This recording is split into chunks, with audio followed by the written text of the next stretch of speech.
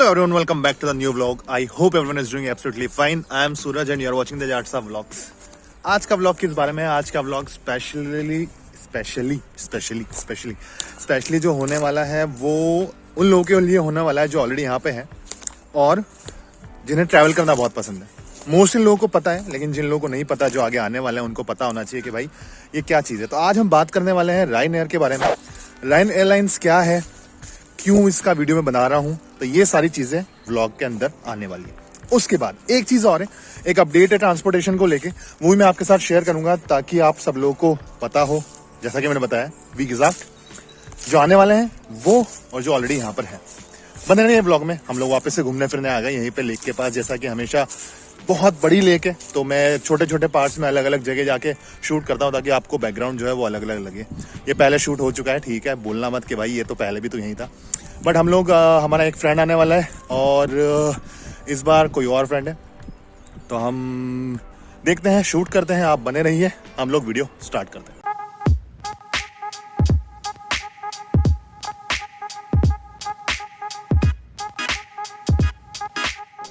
हाँ जी, तो पहला जो अपडेट आया वो अपडेट तो ये है कि 1 जून से जिसकी 31 अगस्त तक, मतलब 3 महीने के लिए ये यहाँ की गवर्नमेंट ने क्या किया है, 9 यूरो की जो है मोनार्ड्स कार्ड है जिसको बोलते हैं, मतलब महीने आप 9 यूरो दो और 9 यूरो में आपको ट्रेन वगैरह में फ्री है. अब कौन कौन सी ट्रेन में वैलिड है, कौन कौन सी ट्रेन में नहीं है वैलिड, तो 3 ट्रेन हैं जो जिसमें वैलिड नहीं है. वो है आईसी, आईसीई और ईसी. तो ये बुलेट ट्रेन होती है और 300 किलोमीटर प्रति घंटे की रफ्तार से चलती है और जो लॉन्ग जर्नी होती है उसके लिए होती है. और वो जो ईसी जो होती है वो एक्सप्रेस सिटी करके होती है. वो जो होती है इंटरनेशनल, मतलब यूरोप में भी आप अगर ट्रैवल कर रहे हैं एक कंट्री से दूसरी कंट्री, तो वो टिकट उसके लिए होती है. तो ये सारी जगह वैलिड नहीं होगी ये 3 ट्रेन में. बाकी जो ट्राम है, आपकी बसेज है और आपकी जो आरी मतलब रीजनल वन जो सिटी के अंदर चलती है और मतलब इंटरसिटी जो चलती है, तो ये सारी ट्रेन्स में ये वाली टिकट वैलिड होगी.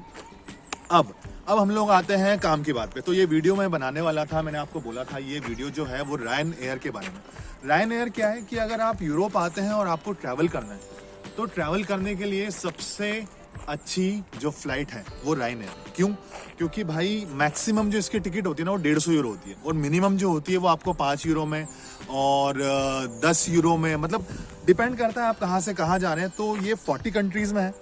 40 कंट्रीज मतलब कि यूरोप की जितनी भी, यूरोप में टोटल 44 कंट्रीज है, तो ये 40 कंट्रीज में आपको सर्विसेज मिल जाएगी. जैसे कि मैंने बताया 44 कंट्रीज, और कंट्रीज जैसे कि कौन कौन सी, ऑस्ट्रिया हो गई और यहाँ से लोग पेरिस जाते हैं तो फ्रांस भी यूरोप में आता है. उसके बाद बेल्जियम हो गई है, उसके बाद लातविया, लिथुआनिया, क्रोएशिया, उसके बाद नीदरलैंड्स, उसके बाद पेरिस जो है. पेरिस का मैं एक चीज़ बता दूँ, आप अगर इससे ट्रैवल करोगे ना पेरिस, तो पेरिस जो इसका एयरपोर्ट है वो थोड़ा पेरिस से 1 या 1.5 घंटे आगे, तो वो थोड़ा आप ध्यान रखना अगर पेरिस अगर आप ट्रैवल कर रहे हो तो.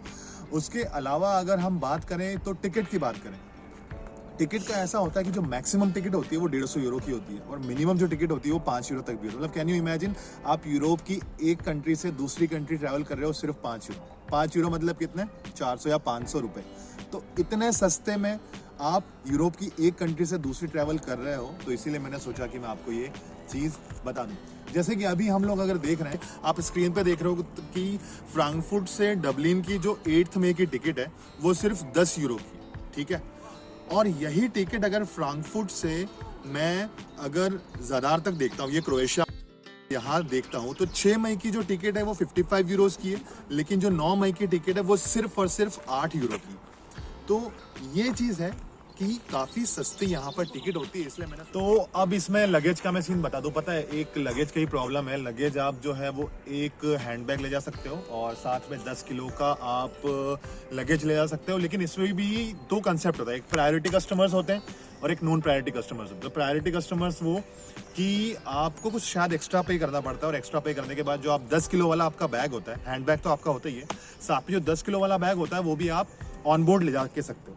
और जो बाकी जो नॉन प्रायोरिटी कस्टमर्स होते हैं जिनको पे नहीं करना पड़ता, उनका ऐसा होता है कि आप सिर्फ एक हैंडबैग साथ में ले जा सकते हो, उसके अलावा आपको जो 10 किलो का बैग है वो आपका लगेज के साथ चले जाए, मतलब वो आप ऑन बोर्ड अपने फ्लाइट कैबिन में नहीं लेके जा सकते. उसके बाद अगर हम बात करें इसके डिसएडवांटेजेस की, क्या क्या नुकसान है, मतलब आपको सस्ता वगैरह तो मिल गया, लेकिन कभी कभी क्या प्रॉब्लम भी होती है. पहली चीज़ तो यहाँ की जो सीट की स्पेसिंग होती है ना, वो सीट की स्पेसिंग बहुत कम, ठीक है, एक चीज ये। दूसरी चीज लगेज का, ऑब्वियसली अगर आप जा रहे हो तो सिर्फ 10 किलो सामान मुझे नहीं लगता किसी के लिए सफिशिएंट होगा अगर वो ट्रिप पे जा रहा है तो दूसरा नुकसान इसका ये है कि आप लगेज बहुत सारा ले जा नहीं सकते, और लगेज आपको ले जाना भी है तो आपका लगेज का ऐसा सीन होता है कि अगर आपको लगा कि हाँ भाई ज़्यादा लगेज हो चुका है तो 1 किलो का आपको 9 यूरो पे करना पड़ेगा, और वो आप बुक करवा सकते हैं 2 घंटे पहले भी, और अगर आप एट ए टाइम करवाते हैं, उसी टाइम जाके करवाते हैं तो वो कुछ 11 यूरो के आसपास है, आपको पर केजी पे करना पड़ेगा। पता है लास्ट डिसएडवांटेज क्या है इसका?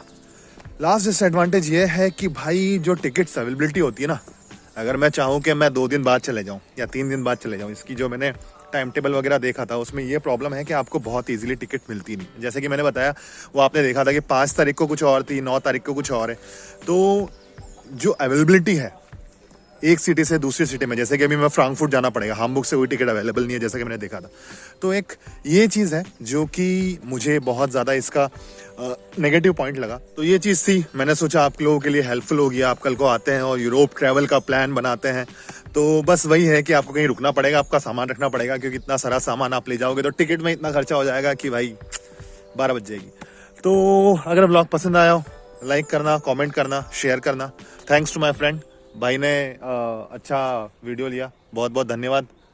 नो चैनल को सब्सक्राइब कर देना, शेयर कर देना, चैनल को मोनेटाइजर जरूर कराना, जरूर है सब। तो अगर ब्लॉग पसंद आया हो, लाइक करना, शेयर करना, कमेंट करना, और अगर नहीं लगा हो तो कोई बात नहीं। खुश रहो, खुश रखो। See you in the next vlog. Till then take care, bye bye and ciao ciao।